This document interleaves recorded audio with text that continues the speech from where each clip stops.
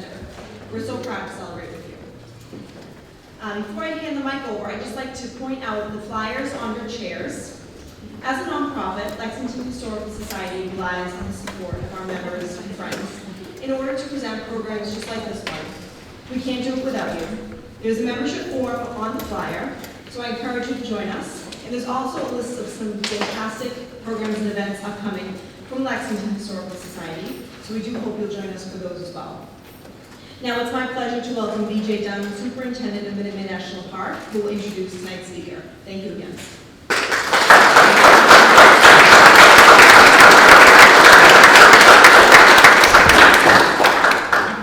Good evening, and thank you, Erica and the Lexington Historical Society for agreeing to be one of our sponsors for this evening's program. And as Erica said, a kickoff event for a full weekend of special activities happening for our 60th birthday.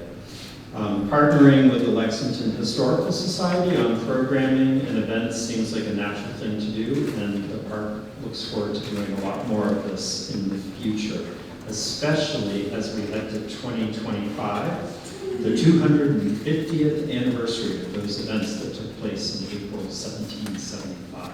Huzzah. I also want to thank the Friends of Minuteman National Park.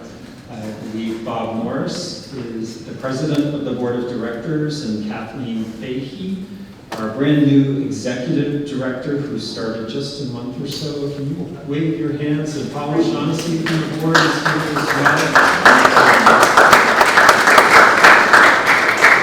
They are the best friends group that a park could ever have. And Kathleen has been on the job maybe for a month, and is just doing an outstanding job. The Friends have a new website that is launched, and a new monthly e-newsletter that just came out about a week and a half ago, and I believe the plan is for that to be monthly. So if you're interested in getting on that e-newsletter email list, feel free to sign up. There's a sign up in the back. So thank you so much to the Friends of Minuteman for being an additional sponsor this evening and for taking care of sponsoring the reception that will follow this program. And last, before I introduce our speaker, we have another special member in the audience, Nancy Nelson, who is the former superintendent of Minuteman, and due to the nature of the talk and the program this evening, Nancy, just raise your hand. I bet everybody knows.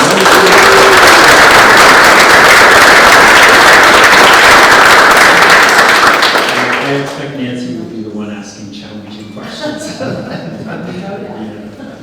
Thank you for joining us tonight, Nancy. I appreciate that. And so, leading me to introducing Lou Sedaris, our speaker this evening.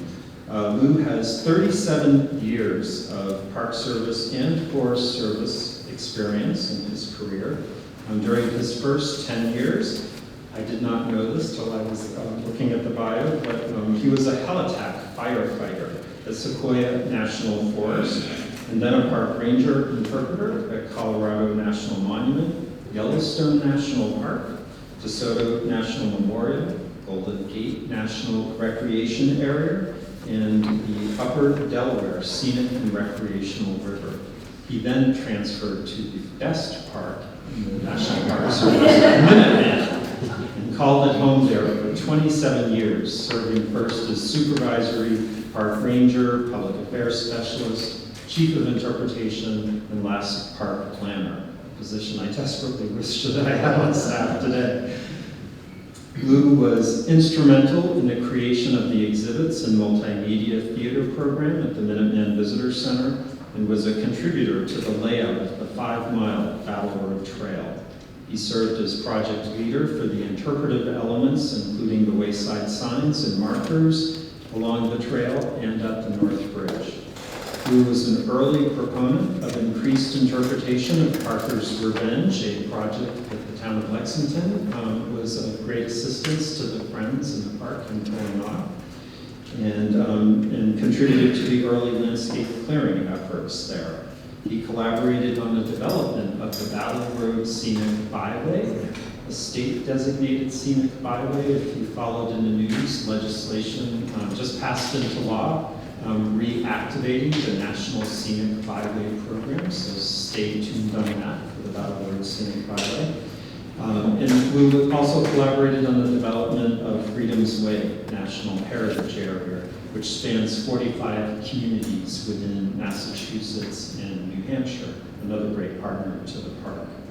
Lou is an avid hiker and backpacker in the Sierras and the Rockies, has made 4 extensive trekking journeys in the Himalayas, including most recently, February through May of this year, and currently lives in the mountains of Sedona, Arizona, where he works part-time as a field guide for the Verde Valley Archaeology Center, interpreting Native American sites. Minuteman is very grateful, and the Lexington Historical Society and the Friends are very grateful for Lou and his willingness to come back for a visit to the park and to bring us back, or maybe I should say forward, through the first 6 decades of the park's history. Please join me in welcoming tonight's speaker.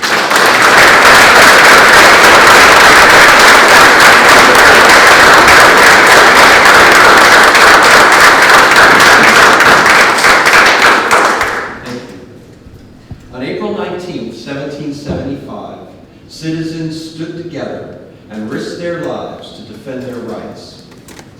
Their farms and pastures became battlefields in a conflict that led to the founding of our nation. And their ideals of liberty and self-determination became the building blocks of the American identity. On September 21st, 1959, the U.S. Congress established Minuteman National Historical Park to preserve and interpret important sites related to that important day.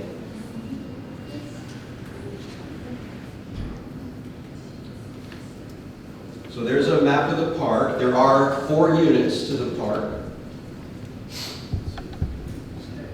So we have the Barrett House and Farm, the North Bridge, the Wayside Home of Authors, and the Battle Road unit.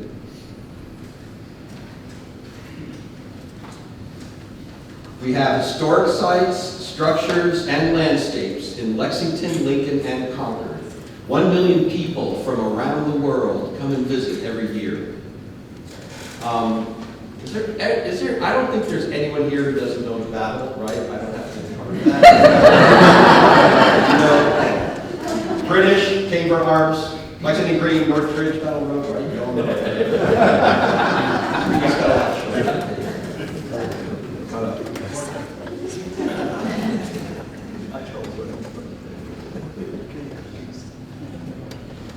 Visitors to the park can learn about the causes and significance of the battle and see the sites where events occurred, and learn about the everyday people who wrought its stone walls, fields, orchards, and houses.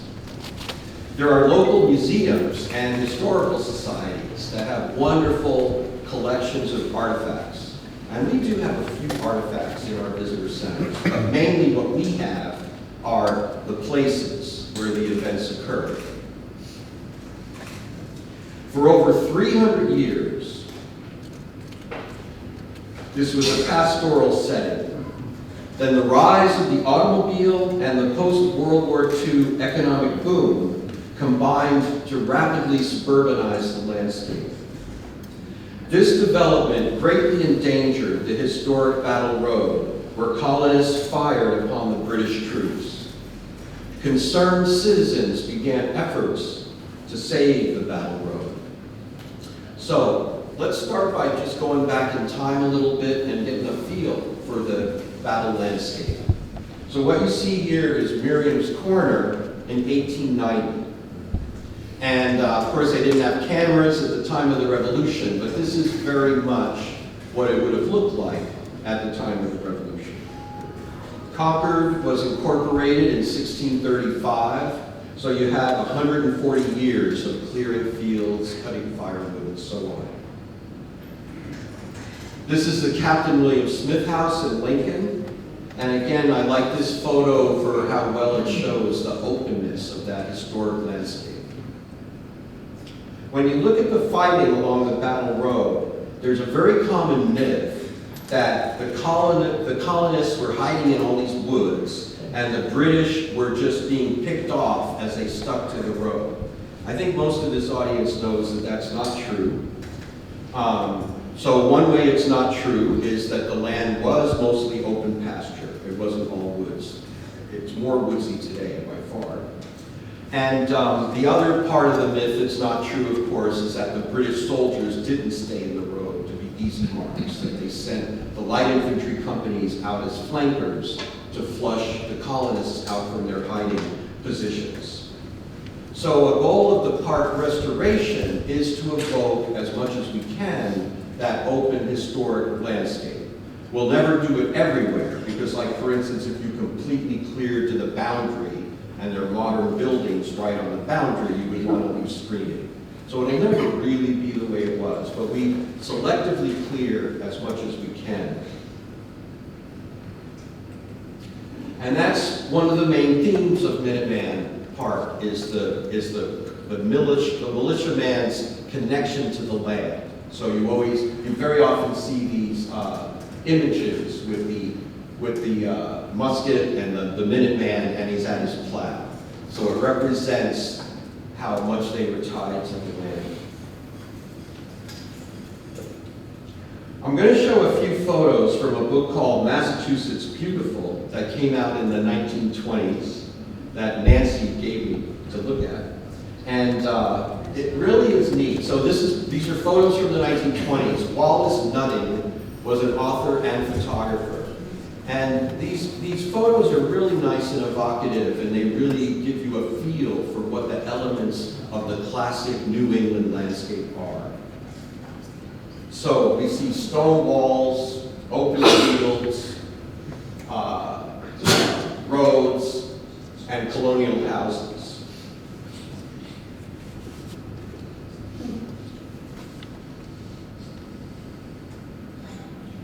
The first serious discussion of creating a national park here was in 1924. Massachusetts Governor Channing H. Cox appointed a commission to recommend ideas to commemorate the 150th anniversary of the beginning of the American Revolution.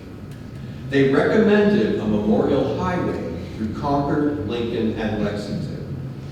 Landscape architect Arthur Shercliffe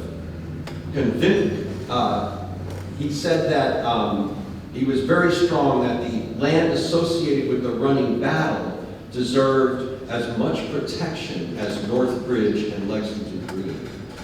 And in 1925, on the 150th anniversary of the battle, Shercliffe proposed a plan. And his plan was to take these Route 2A had been straightened between 1802 and 1806. A lot of people are surprised it's that long ago. But Route 2A was straightened in the early 1800s, and you had these two big arcs that 2A had bypassed at that time. So again, 1925, Shercliffe drew this map and said, we really ought to start right now restoring these areas. And he turned out to be pretty prophetic.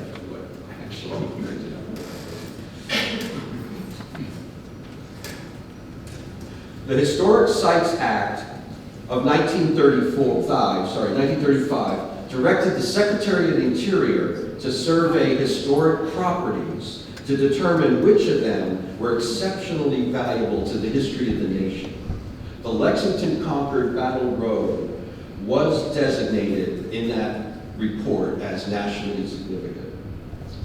In the booming economy after World War II, modern encroachments sped throughout the Boston area and along the corridor between Lexington and Concord. Suburbanization accelerated after the war and with the rise of the automobile.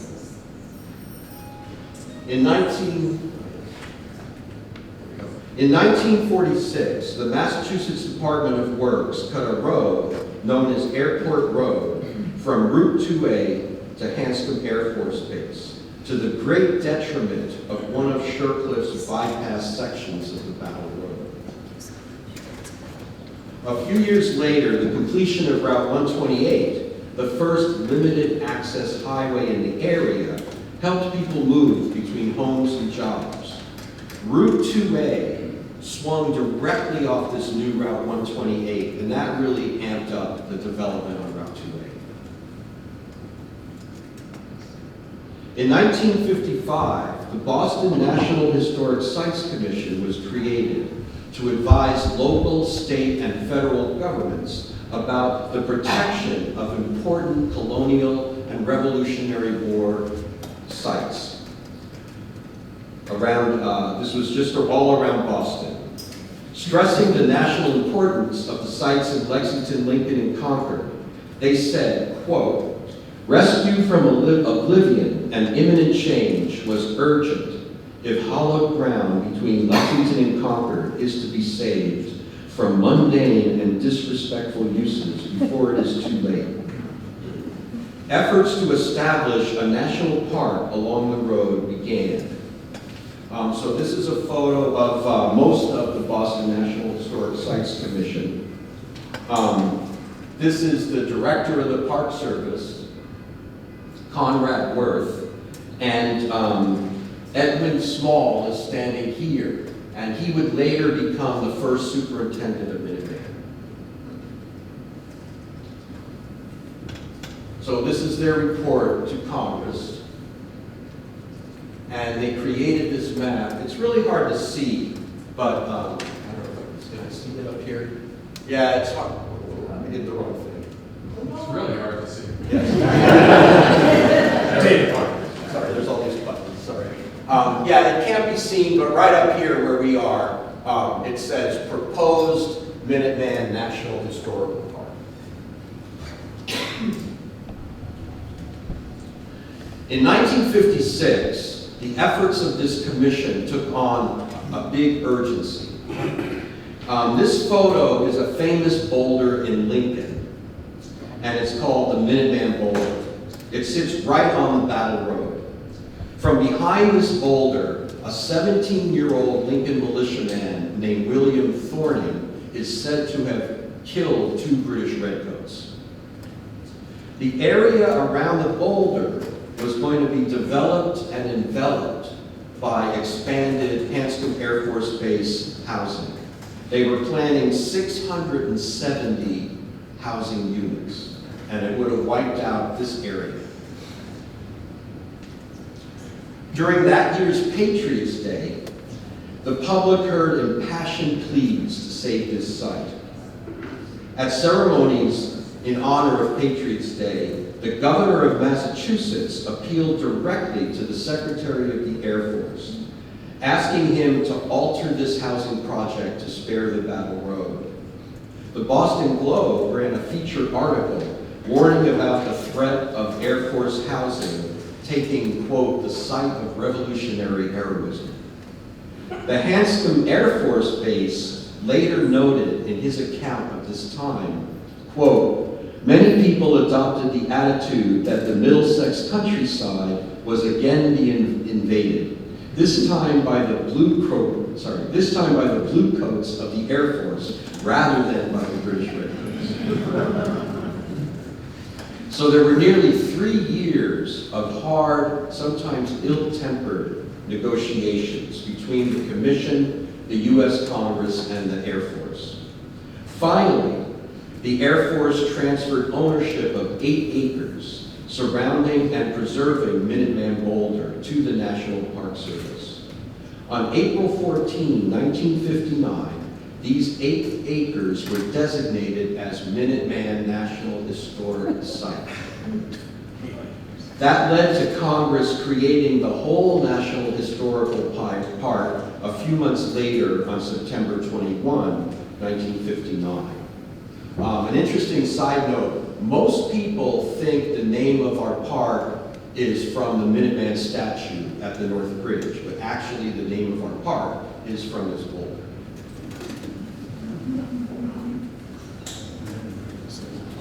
So, Route 2A is the most highly charged issue that has faced Minuteman. From the first establishment of the Park Service fully expected that the state would redirect this commuter roadway out of the park. and that the Park Service would be able to fully recreate the feel and look of the Massachusetts countryside of 1775. In the town of Lincoln, officials planned their town under the assumption that Route 2A would feed into a relocated Route 2. So they were basically going to push Route 2 a little further north and expand it. At one point, they were talking 6 lanes, and then Route 2A would come down and just join that new Route 2. On the other hand, people who commuted to work on Route 2A resisted efforts to relocate the roadway. They did not want to increase their commutes, nor did they want to burden alternative roads in the area. There was a small vocal contingent who argued strenuously in newspapers and other forums that removal of Route 2A was essential for fulfilling the original vision of the park.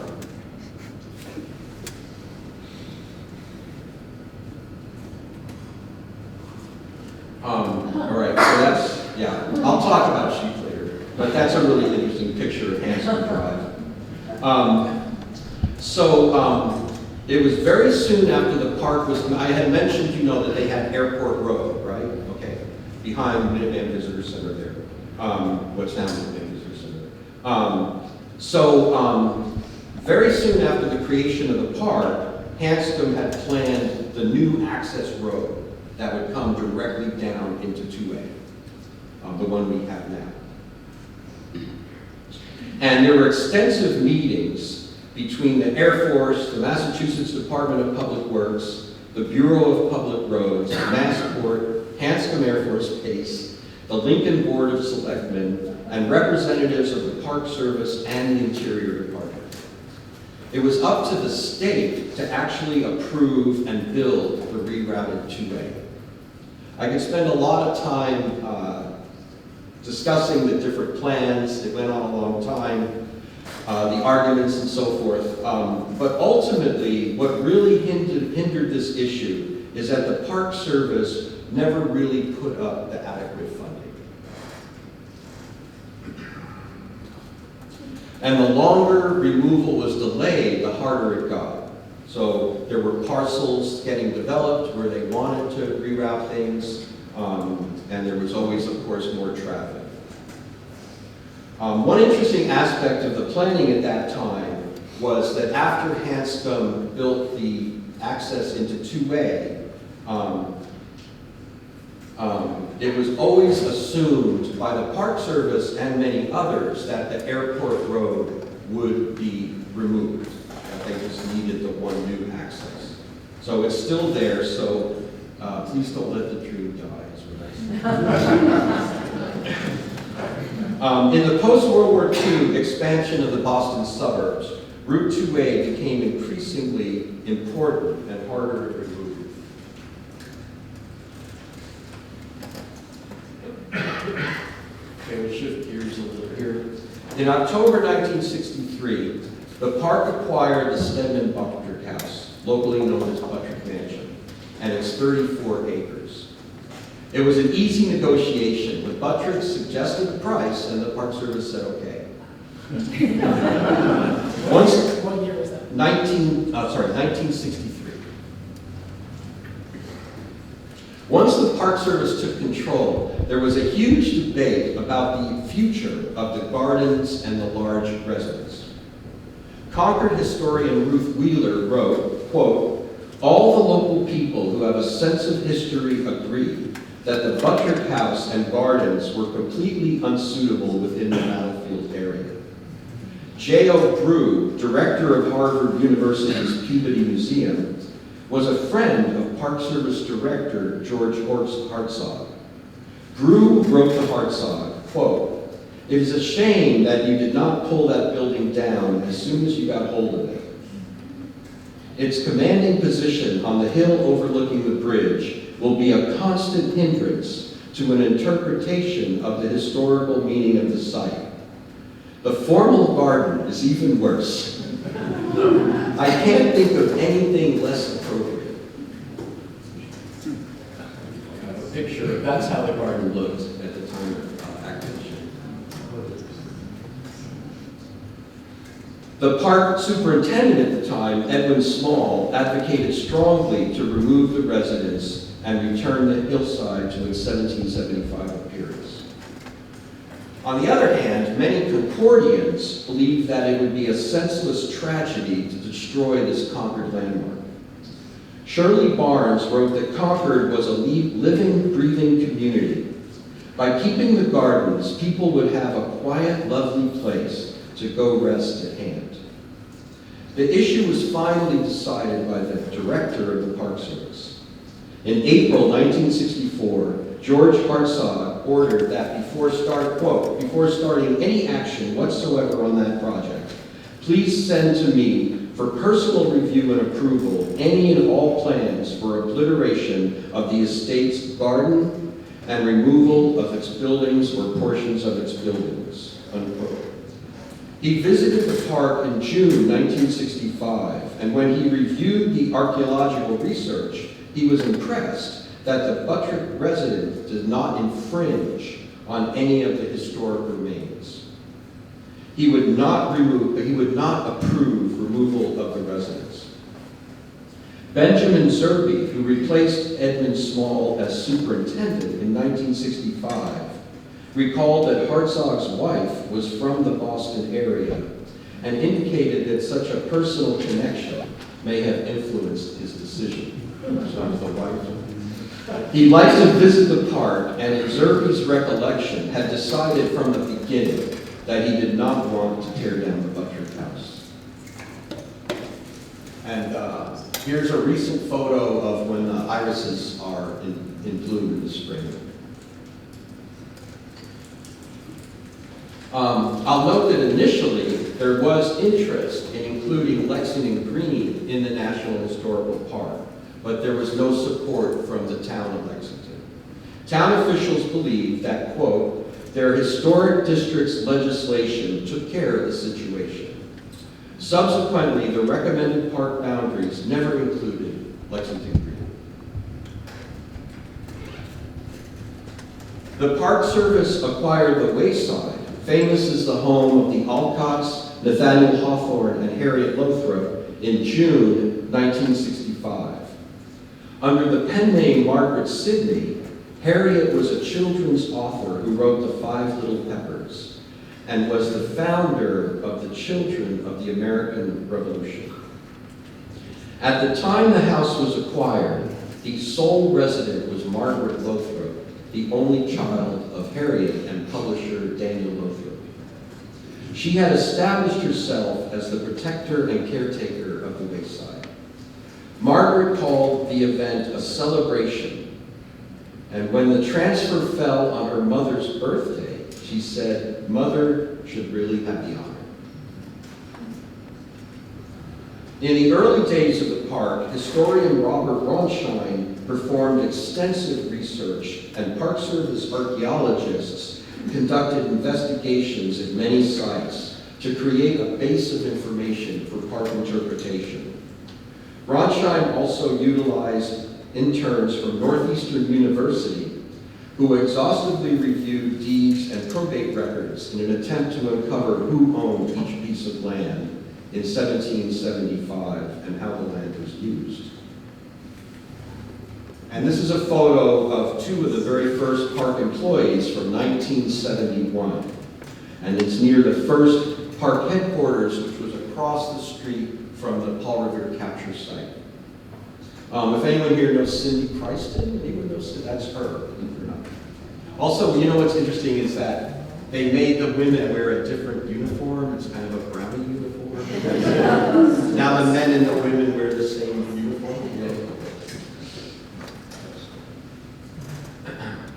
Throughout the 1960s and 70s, the park acquired more land and began to take form. New signs identified the park's points of interest and facilities. And this, how 70s does that look? But that's, that was an info station at Foothill, kind of where, you know, where Mass Avenue ends at 2A, kind of in that area.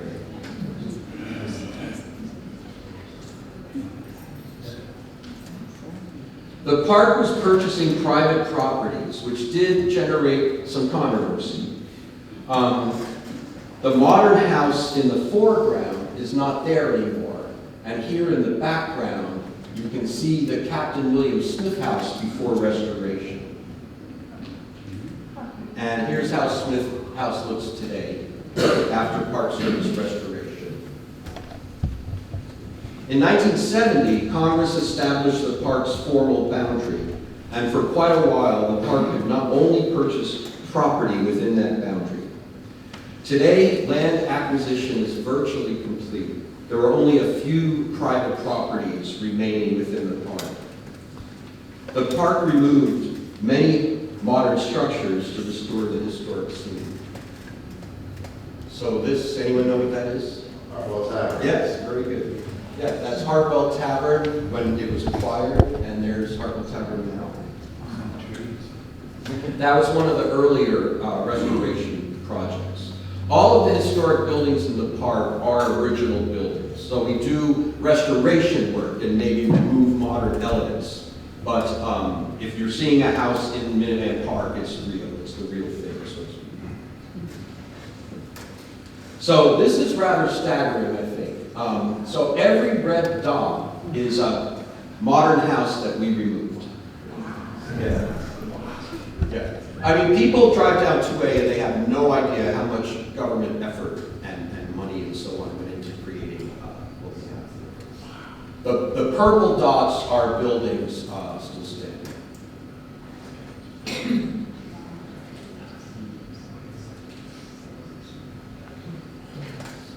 You know, there were growing pains with all this, you can imagine. Actually, a lot of people supported the park and sold the houses at fair market value. And also, if you sold your house and moved, you also got relocation money. There were a few people, at least a dozen people, who really didn't want to move. The Park Service bought their house but worked out a living arrangement, either a life estate or an agreed upon term to stay. This one's a close-up around Hartwell Tavern, which was very suburban, and today is one of the most evocative areas of the park. You're probably all familiar with the Paul Revere Capture Site, that area. Here's one more. Yeah, here, this is Paul Revere Capture Site, yes. So the base map, the colored base there is Paul Revere Capture Site today. And then it's all the modern buildings that were there. So basically it was like a commercial strip. There were restaurants, offices, all sorts of stuff. There was Swanson, Pontiac. This is the Paul Revere Motel.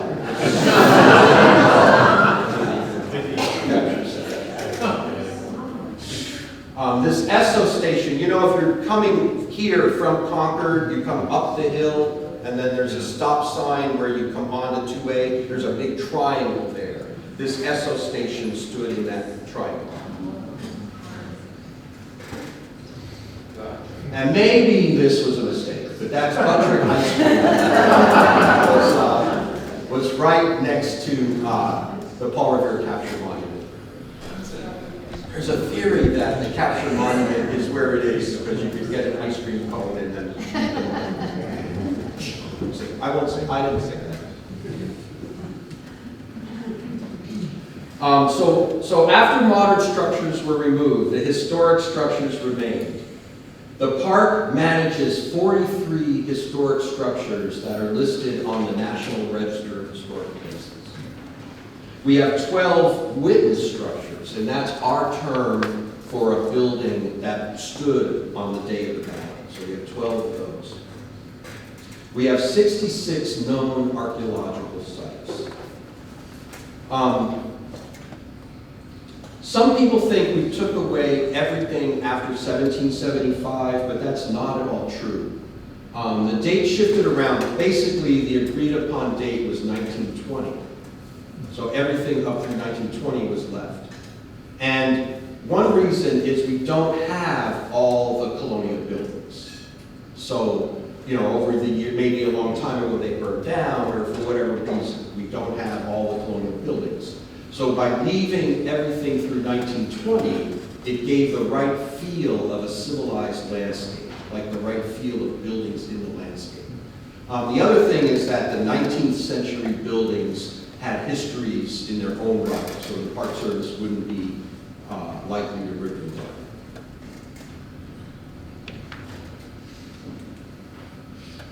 In the early 1980s, the town of Lexington began discussing widening sections of the Battle Road in the eastern end of the park. Other threats included new office parks proposed along the east and west ends of the park. The Vocational Technical High School awaited approval to build a 200-room hotel conference center on its site. And Massport considered expanding the Hanscom Field complex, adding more traffic to Route 2A. Actually, that keeps happening all the time. In response, the North Atlantic Regional Office put together and distributed in the fall of 1983 a brochure titled Battle Road, Memorial or Arterial. The park had not been able to reroute Route 2A, but they would actively oppose adding lanes and traffic lights. And this is inside the brochure. They had these possible futures.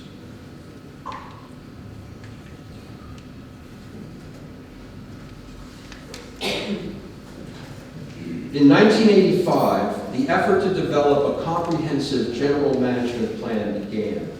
There were public workshops to gather input, and most of the participants who came to these workshops were pretty supportive of relocating 2A and restoring the historic landscape as much as possible.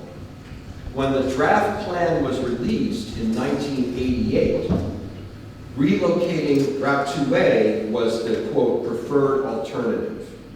To the Park Service, this had been their thinking all along. However, the public and their local officials reacted quickly and furiously to the proposals in the draft general management plan, catching the Park Service off guard. You remember the map with all the red dots, right? So there was strong resistance to more land taking that the alternate Route 2A would have required. As well as, again, you always had commuters complaining that their commute would be longer. A new superintendent, Larry Gall, was brought in to help quell the controversy. He balanced political realities with the overall needs of the park. He got the boundary altered to exclude 2 areas. So it was really a political project, and he did the best thing he thought possible. But it's the shady side area here, so originally the park was like filled in there. And another area was in Lexington, called Hayward Avenue, where houses are very close to the original Battle Road. So both of those areas were meant to be purchased up. And in both of those neighborhoods, they really mounted huge anti-campaigns, and they had thousands of signatures and so on and so on. So Larry decided it was worth it to just exclude those 2 areas. And I like his quote here. This is Larry Gall quote. I thought he was coming tonight, so I'm going to try to make it even. It is even. Never mind. All right, so Larry said, quote, I really do like this quote. I could either sit back and watch this ship go down with all flags flying, or I could make a decision that we could live without certain things. We didn't give up that much. We kept the essence of it, and we gained a great deal more in coming to terms with the towns, coming to terms with the property owners, and positioning ourselves so we could have this legislation that would allow us to go forward and develop the park. So he really, weighed it all, and all in all, I think it was a really good thing. And one thing is that Shady Side Lane does kind of drop off. It's not as intrusive. And actually, another thing Larry did is there were some other properties where they were looking at developments that would have really marred the historic scene, and he was able to stop those. So it was a really good trade-off in really all in all. So in the final management plan for the Battle Road unit. The Park Service recommended selective restoration, improved interpretive development, and cooperative efforts to manage traffic. But the dream of rerouting Route 2A was relegated to, well, maybe in the future. Route 2A would continue to flow through the park. If state officials in the future proposed road widening, the Park Service would help them to seek alternatives. In 1995, Larry's successor, Nancy Nelson, did succeed in greatly reducing a plan for widening Route 2A in the eastern end of the park.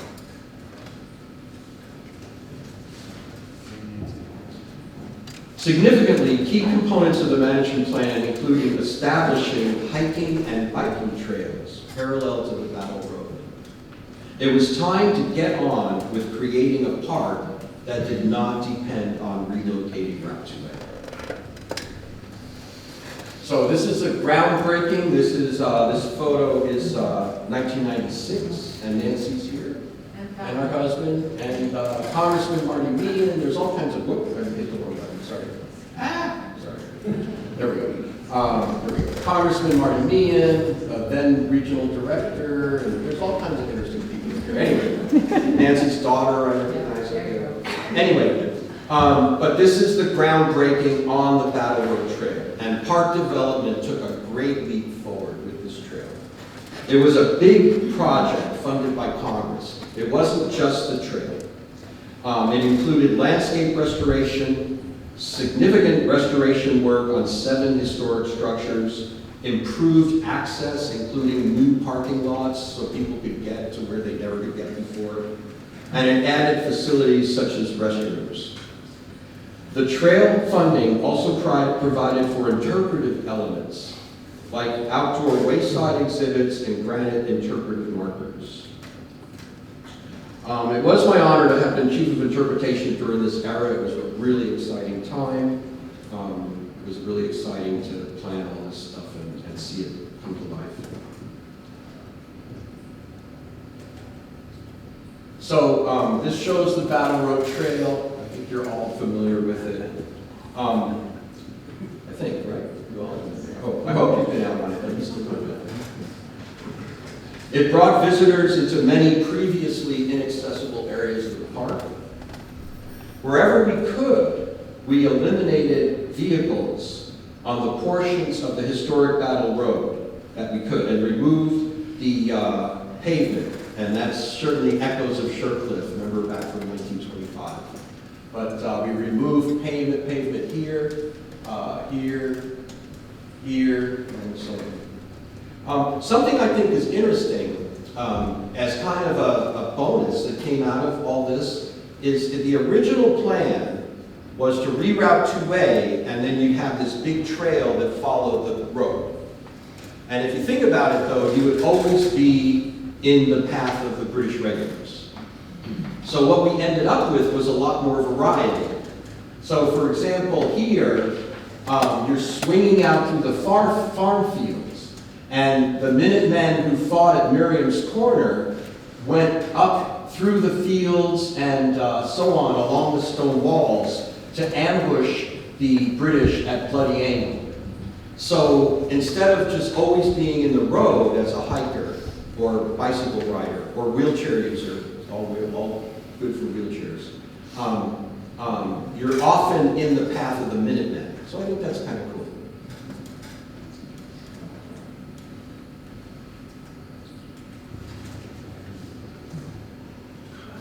All right, so I've got some before and after photos that came with the whole development of the Battle Road Trail. So this is in front of Hartwell Tavern and before the trail funding. So this is like 1980s. And here's now. So it's kind of fun to go back and forth. So we took up the pavement, we restored stone walls, we cleared brush and small trees out of, we cleared fields. Through a cooperative effort with the town of Lincoln here, we put all the power lines underground and so on. let's see, I've got 3 photos of the Paul Revere capture site. So this is the late 1800s, looks pretty darn good there. And then here's 1956. And you can see, you know, this is actually a pretty nice picture, but if you look close, you see lots of buildings around. And that is the Paul Revere marker of his capture. And now here's today. So actually the Paul Revere capture monument is in the exact same place, but we just rotated it around. So if you're on the Battle Road Trail, you come into it, and we put this circle of stones with interpretive markers to make it kind of more of an event. Superintendent Nancy Nelson said, "What we're really doing here is creating the park, creating a new national park." She also hoped that by opening up vistas into the landscape, people traveling along Route 2A would begin to see that there was a park and begin to treat it with more respect. Let's see, I got one more for you. This is the area around Bloody Angle. And here's after the trail. The fellow there is in the audience tonight.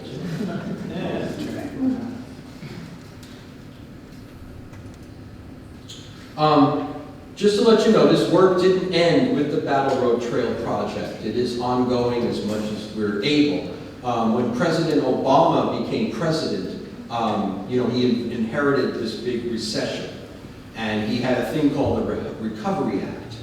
And through that, we got a bunch of funding. If you had a shovel-ready project, as long as you were hiring private contractors and getting jobs into the economy, you would get money for your projects. And we did a lot more landscape restoration that year as well. It's really interesting to think about Minuteman being a cultural landscape, right? So if you think of a place like Yellowstone, the purpose is, as much as possible, to remove the effects of humans from the landscape. But Minuteman is an opposite concept. It's a cultural landscape, so that means what we're really trying, you know, we do preserve nature and wetlands, we have animals and so on, but really the focus is to preserve as much as possible the effects of humans on the landscape. So the farm fields, the stone walls, the houses, and so on. A lot of thinking, besides just having a good feel for the general elements of the landscape, a lot of specific research went into it. And this fellow here is Brian Donahue. He's one of the chief academics who really helped us. He's an agricultural historian, a professor at Brandeis. And he spent years researching the colonial landscape. He wrote a very detailed book called The Great Meadow about the evolution of the landscape in Concord. And he created this map for us, which is pretty interesting. So you see the, all this green is either pasture or meadow. So that was mainly, so if we were doing our, can you hear me when I walk away from the mic? Yes. Sorry.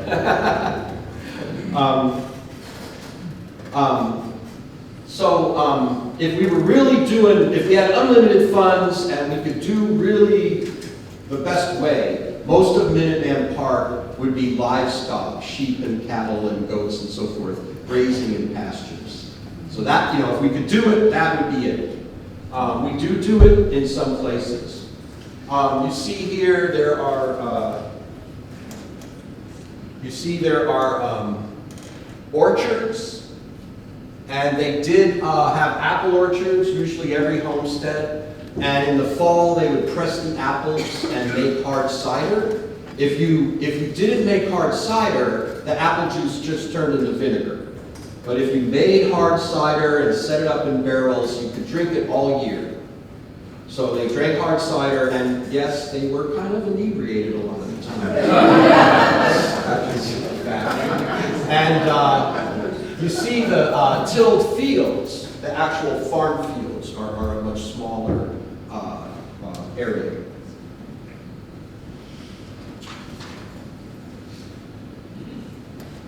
Today, this is Elm Brook in Lincoln. Today, wetlands are protected. So we'll never, this is one reason we'll never do a complete restoration. In the wetland areas, the colonists would have put a lot of effort into ditching and draining the wetlands. And they harvested what they called meadow hay, which was the richest kind of hay, and that's what they fed to the animals all winter. So that's certainly something we won't do. The landscape is never more evocative than when our volunteer reenactors are here.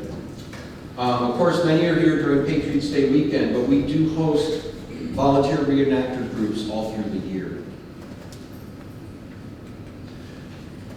The stone walls take on added significance when there's Minutemen behind them. A cultural landscape is defined not just by what you see, but also how the land is used. So we have fields that have been farmed for over 350 years, and we lease land to farmers. It's an economical way of maintaining fields. If you don't have farmers using the fields, you either have to mow it, or it really goes back to brush and trees very quickly. I mentioned that a lot of the colonial landscape was pasture, and we do have cattle and pigs in the park, in partnership with Codman Farm in Lincoln.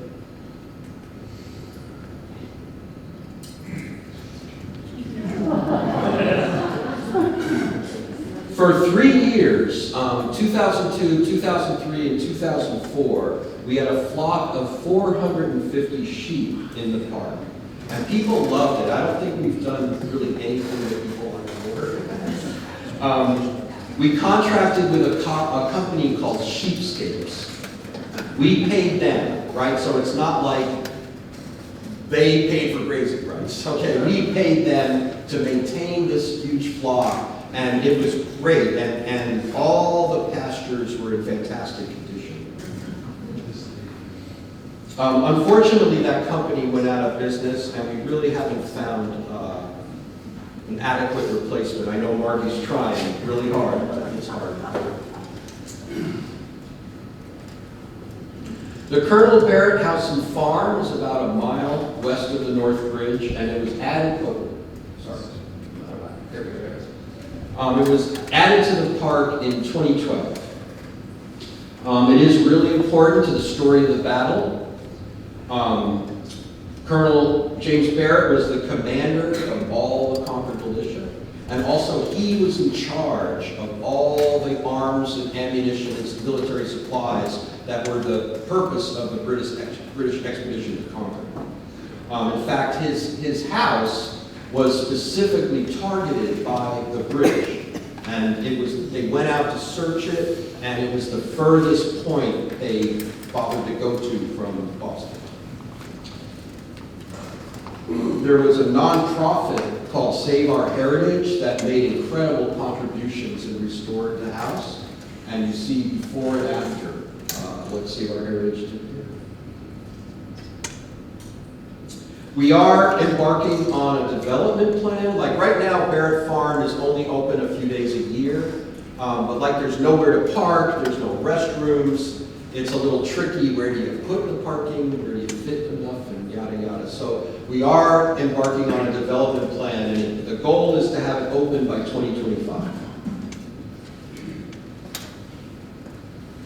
A recent effort in the park that has been really popular has been to investigate the battle at Parker's Revenge and to restore landscape in that area.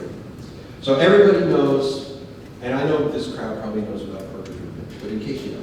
So everyone knows about the Battle at Dawn here on the green. That afternoon, Captain Parker rallied his men together. Emotions ran high because of the deaths on the green at dawn. And he marched his company out to the boundary, the western boundary, the Lincoln-Lexington line. And they waited to attack the British as the British were returning from Concord. And we had the Friends of Minuteman Park really funded and drove this effort.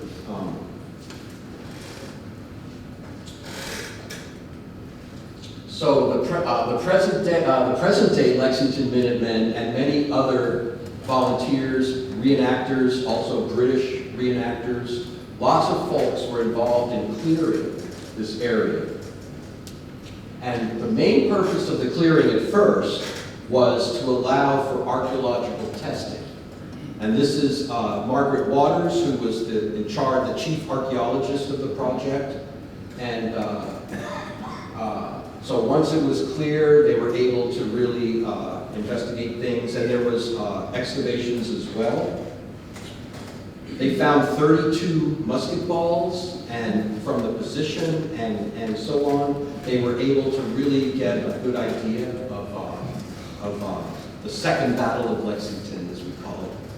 So there's a new exhibit in the Minuteman Visitor Center on Route 2A. And if you go out, there's a new trail in the Parker's Revenge area and new wayside exhibits about it.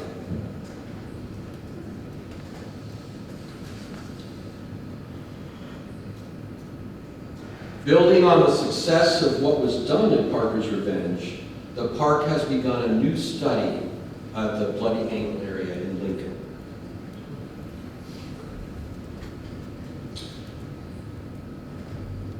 And that's a beautiful area of the park.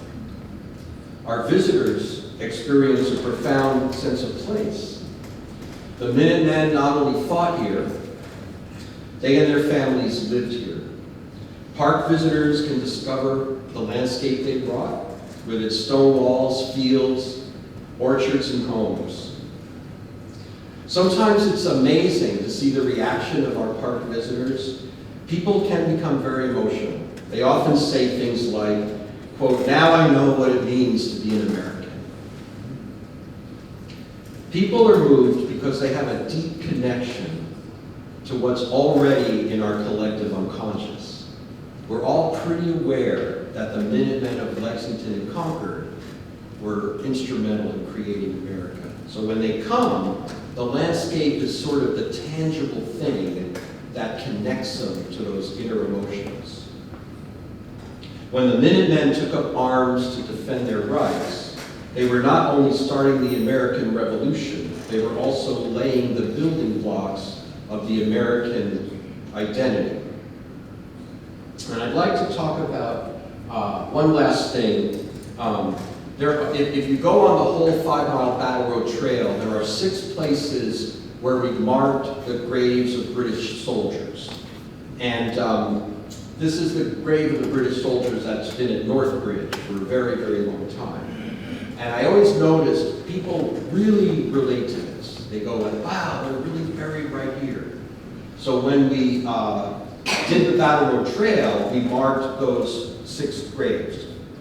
They're just general, it says near here. It's not like a tombstone, but we don't know exactly, but they're basically somewhere right around there. The local people buried them after the battle. So this is one of the grave markers. And every year, a contingent of British regular reenactors marches through the whole Battle Road Trail, and they'll lay a king's color at the gravesite, and they'll play a song called The Parting Glass. And Paul O'Shaughnessy, who's here tonight, he sent me a little video. Now this is, I don't have video on the trail, but this is pretty much the same ceremony. This is at Northbridge.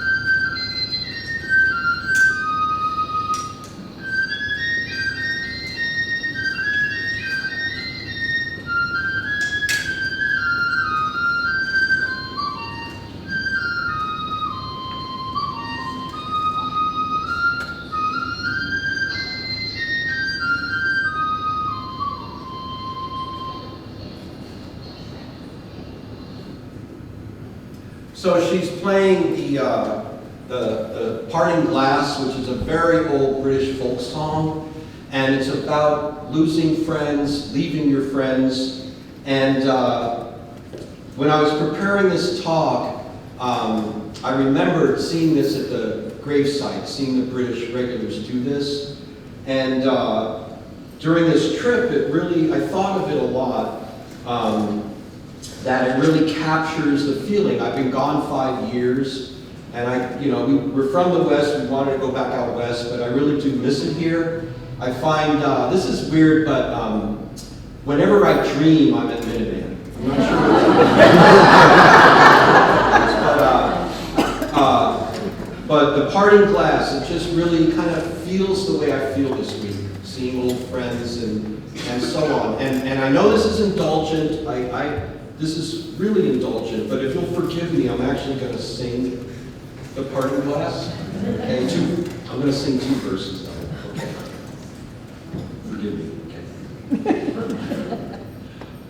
Of all the money that e'er I had, I spent it in good company. And of all the harm I've ever done, alas, it was to none but me. Yeah, if you know it. And all I've done for want of wit, to memory now I can't recall. So fill to me the parting glass. Good night and joy be to you all. Of all the comrades that e'er I had, they're sorry for my going away. And all the sweethearts that e'er I had, they wish me one more day to stay. But since it fell unto my lot that I should rise and you should not, I gently rise and softly call, good night and joy be to you all. Good night and joy be to you all. Thanks.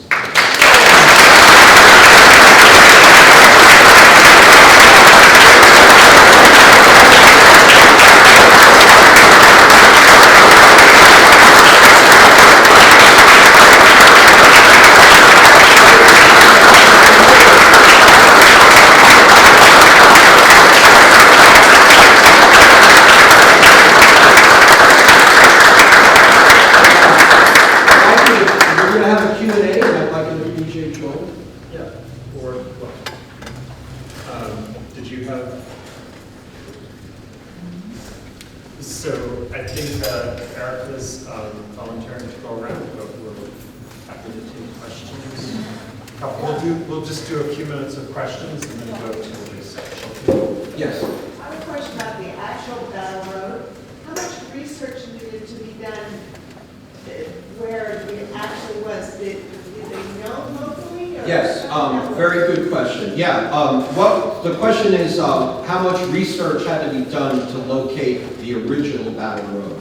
And a lot of research, in fact, was done. They did test pits. Now, interestingly, the actual surface of the Battle Road is about 2 to 3 feet below the modern level. So there's an actual surface preserved down there with cart ruts and everything. So, and it wasn't just a dirt road, they actually applied a surface, which we kind of tried to recreate a bit. And I can just add to that this. Go ahead.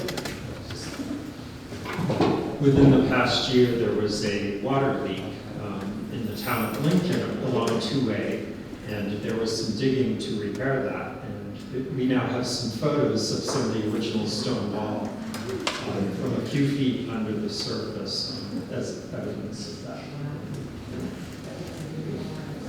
But they did do a lot of tests, not pits, but you'd call them like channels, maybe. A lot of test channels. Yes. I was just curious as to whether there was ever any talk of I guess most of when the park first came into being, any talk of going east beyond Lexington. I mean, the Battle Road goes to Boston, Right. going on and beyond. Right, very, very little, because that was already more far gone. So they did feel that the Concord to Lexington up to Route 128 was pretty much always the goal.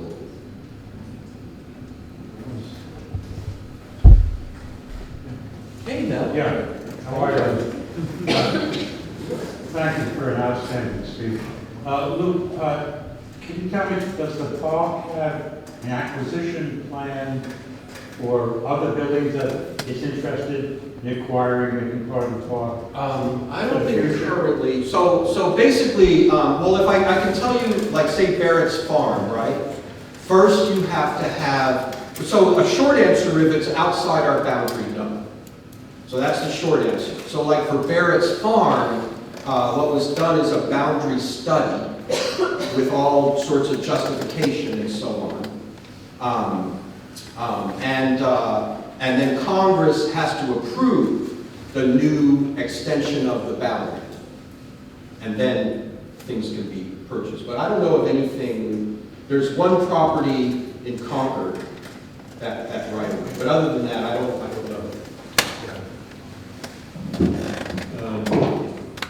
Lou mentioned in his program earlier, was referring to some of the life estates. So I can share that there are 2 remaining life estates that exist within the park, of which we hope they have a very long and healthy life. But there were 2 that have come into the park. When I arrived in January 2017, there were 4 life estates, and within the past year and a half, 2 of them have now come into the park, so 2 remain. As far as, there's nothing that I'm aware of for expanding the legislative boundary. Most recently, Lou mentioned Barrett's Farm as the most recent acquisition into the park. There are a few parcels of interest to the park. It's a very long, I think the question is, it's a very long, narrow park, so stuff that happens along our boundary is definitely, can be, not all the time, but has potential to be impactful to the visitor experience in the landscape, so.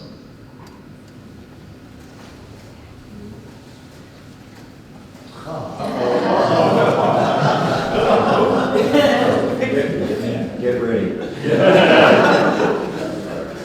Hi, Debbie. First of all, I want to say, Lou, that was tremendous. I really think so many more people should have a chance to hear the whole story.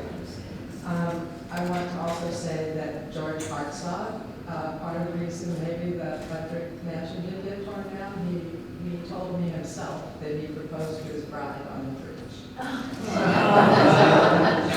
But then I'd also like, Hold it a little closer. this is, Hold it a little closer. oh, sorry, better? Yep. Okay.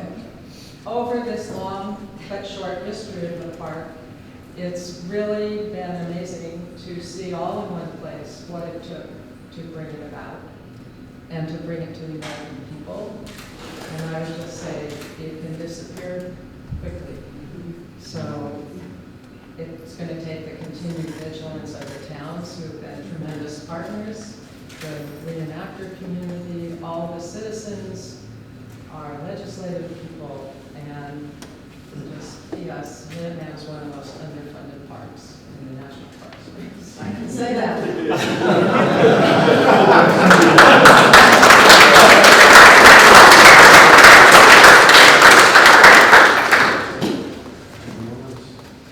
Actually, I had one.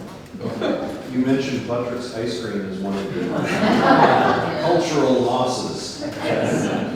What would your opinion be of the Willow Pond Kitchen? But you know, we really took a lot of guff for tearing down the Willow Pond Kitchen. You understand from all those photos, so basically the owner there pleaded to operate until he retired, and we agreed. So he retired, And then we took it down, but there were all these newer people who just didn't understand that it was the last remnant of commercial 2A. And people just didn't understand that. But, you know, I understand they had Spam pizza, so. Yes,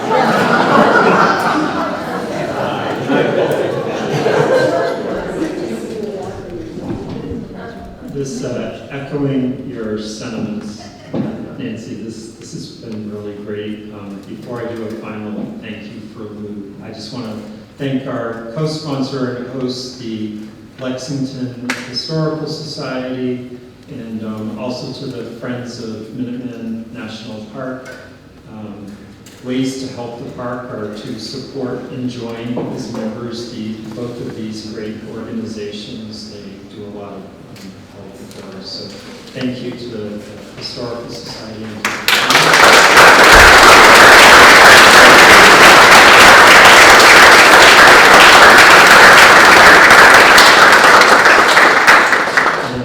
I was trying to, I just got back from DC late last night, and so today, a few times, I really need to give Lou something from the park, but he spent so much time at the park that I was just trying to come up with an idea as a little thank you for doing this program for us. So I'm hoping that this is not in your library because it's relatively new, a book about William Smith Captain, by a great friend of the park, Lincoln Minuteman member, volunteer of the park, and helping us with the Bloody Angle project right now, that into that. So I'm hoping this is not on your library shelf, something new. This just recently came out. Thank you.